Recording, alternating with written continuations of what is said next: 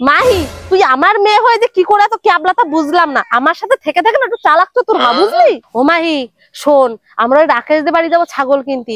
ওরা যে দাম দর বলবে তুই বলবি কি ও মা নিও না নিও না, লস হয়ে যাবে লস হয়ে যাবে, ঠিক আছে? ও মা ঠিক আছে চলো। अबे साले শোন শোনা, তুই একটু ওইরকম করবি তাহলে দেখবি ঠিক ওরা ছাগলের দাম কম নেবে। চল। বলেন কি? এই যে সেই বাড়ি আয়।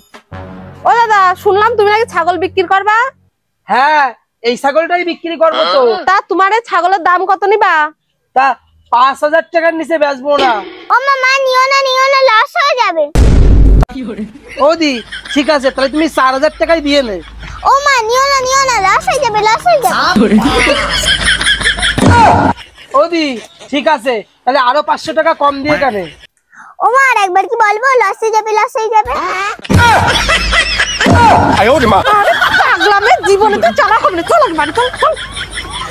शाबाश बेटा।